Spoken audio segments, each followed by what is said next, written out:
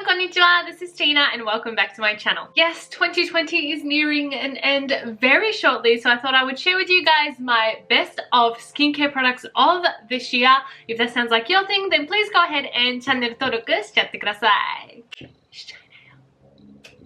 Hey, let's get into it. So in this video, I tried to pick the top of each step of the skincare routine. I am going to try to keep it very brief because I do have quite the number of products to go through. This isn't even all of them. For the first step, of course, we have to remove our makeup, and the number one oil-based cleanser of this year is for sure the MUJI Mild Cleansing Oil. I just love everything about it. I love the performance, the ingredients, the price. I feel like it removes makeup so well, even waterproof iron lip makeup. It is a beautiful lightweight texture but still emulsifies easily and washes off easily without leaving any greasiness or any excess of that oil cleanser on your skin. In Japan it retails for 750 yen for this bottle, and it's just, it has easily become my favorite oil cleanser this year. It is also fragrance, mineral oil and alcohol free, and the main oil ingredients are all naturally derived olive, jojoba and sunflower seed oil. Next we're moving on to water-based cleansers or second step cleansers, and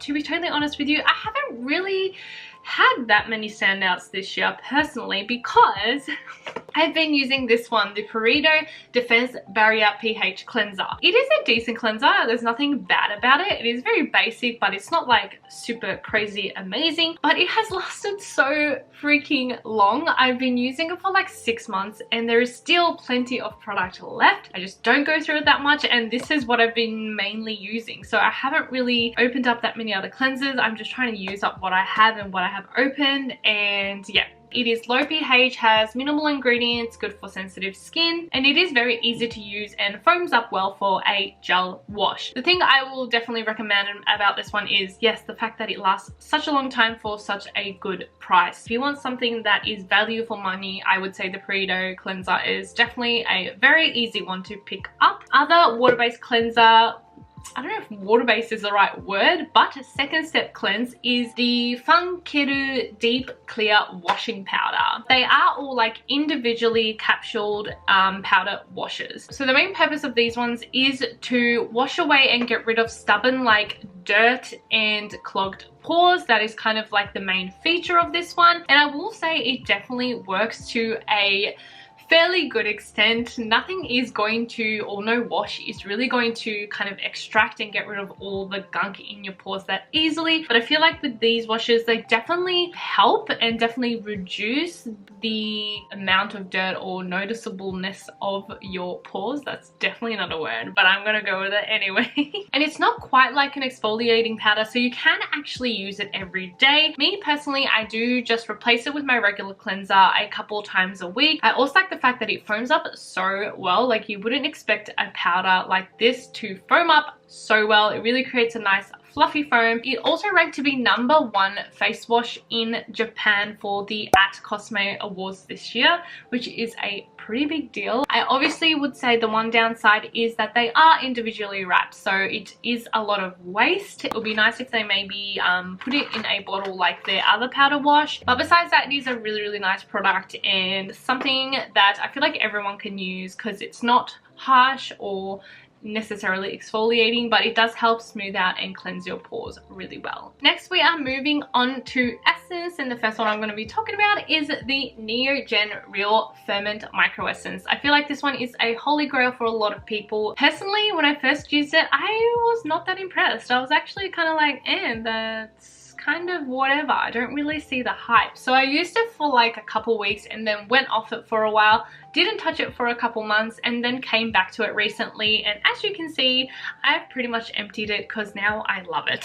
So the thing that I felt the most with this essence was that it helped soften my skin. After continually using it pretty much AM and PM for a couple of weeks, I felt like my skin was just softer. I could tell from touching it when I cleansed it. The texture of the essence is very watery, which I actually like. It absorbs into the skin extremely quickly. I wouldn't say it's like overly hydrating. I definitely used other essences and toners that are more hydrating, but I definitely felt the difference with my skin texture and softness. to the touch. And the other essence is the I'm from Mugwort essence, which probably is not a surprise. I've talked about this one many times this year. It's actually not one that I use all of the time now, although this is my second bottle this year and I'm halfway through already. My favorite way of using this is when my skin is irritated. Literally, I layer this like 5 times, don't wear anything else, and go to sleep on days where I've got really bad allergies or I waxed or shaped my skin. Just when my skin is very kind of uneven and kind of struggling a bit, that's when I like to use this, and I just wake up with really soft, supple skin. Even straight after it, I feel like it just hydrates it really well. And once again, it is that one ingredient product of just Mugwort essence, so I feel like I just can trust it and it's going to be okay on my skin even on its worst days. So it's one that I reach for when I'm in a bit of a pickle, and I have definitely used this a lot this year and absolutely love it. Next is my beloved toner. I absolutely love toners, no matter what anybody says. And we actually have another I'm From product. It is the rice toner. I feel like this is another one that I have mentioned many times this year. I loved this when I first used it and I missed it a ton when I had run out. This is my second bottle. I only just recently opened it. I was just double checking that I still loved it because it's been a couple of months since I had used it. And yes, I definitely still love this one. So this is definitely that one and done toner for me. It works beautifully with my skin type because it adds hydration and moisture, which are things I both need. And I can just use one splash of this, one layer, and it is plenty hydration and moisture for my skin and leaves it really glowing, plump, supple, and over time it really helps to brighten and even out my skin texture as well. And the other toner I want to give a honorable mention is the Naturie Hatomugi skin conditioner. I am sure, or I hope most of you guys have seen the video where I did a dedicated review for this one. The number one thing about this, I just have to say, is value for money. In Japan, it is 650 yen for this huge 500ml bottle, and I will say that is the best thing about it. So compared to the rice toner, it's definitely not as hydrating. You definitely have to layer this one. The more you layer, the more hydrating it is, but the result it gives after you layer a few layers is really good, very hydrating, and for the price, you just can't beat it. That's the thing. It's just so affordable. So good to use on your body as well because you don't feel bad. You can just like, that might be a little bit inappropriate. Moving on to serums, one I enjoyed very much this year was the Klairs Fundamental Watery Oil Drop. I feel like this is a serum that everyone, like with every skin type, can benefit from. The whole concept is that it is a very lightweight, watery serum that has the benefits of a skin oil as well. So it is a pretty simple serum, but when I use it, I feel like my skin just looks alive. It's glowing, it's plump, it's like juicy looking, and it's not heavy or sticky on the skin as well. So I loved using it in the AM personally for someone who does have dehydrated to slightly dry skin. If you have oilier skin, I feel like you would benefit greatly in the PM. It also has fermented extracts, green tea, water, and peptides, which are all very beneficial for your skin. Another great serum was the Melano CC Essence, just a really good, cheap, effective vitamin C serum that worked on fresh acne scars. I tested this and there's a full video on it, so if you want to check it out, please go through the link in the iCard, but it worked very well to fade fresh acne scars. I wouldn't say it worked very well for old ones or sunspots, but for how affordable this is, it is very effective, and it's quite gentle, so it's usable even by people who have sensitive skin, and it can be used every day, AM and PM. Moving on to moisturizer, which I have to say, I am still someone who has not found my holy grail moisturizer. Whenever I try one, I usually move on to a new one because I haven't found anything that is like, this is it for me. But this one was definitely one I went through very quickly this year, and it is the Dr.jart Ceramidin cream. This was just a lifesaver for the winter dry months. I always use it at night because it is quite a thick cream, and that's probably why I wouldn't use it during the day, but it was so protective, and I definitely felt like it locked in all the moisture throughout the night, and I woke up with my skin feeling very soft and not dry even in the coldest, driest months of the year. It is obviously, from the name, a ceramide based moisturizer, so it helps to build and retain your skin barrier as well. So anyone who has has like a weakened skin barrier, I think this one will definitely work really well for you as well. And then the other two is the Klairs Fundamental Water Gel Cream and also the MUJI Moisture Milk. I've kind of put these two together because I actually find they're very, very similar in terms of I honestly wouldn't really call them a moisturizer. They're more like a milk or emulsion. They are very, very lightweight. They glide across the skin, worked really well for me in the AM. I would reach for either one of them on any day. Like, it just depends how I felt, but they worked it very, very similarly. So they do both have quite the simple ingredients list and it's fragrance free. I will say the MUJI one is probably better value for money because it is a big bottle. It lasted me absolutely forever, although the Klairs one is probably one that is more accessible to most people since they ship globally with the most sites that they sell Klairs. The one thing I will say with the Klairs one is that this is not the packaging this type of texture should be in. It is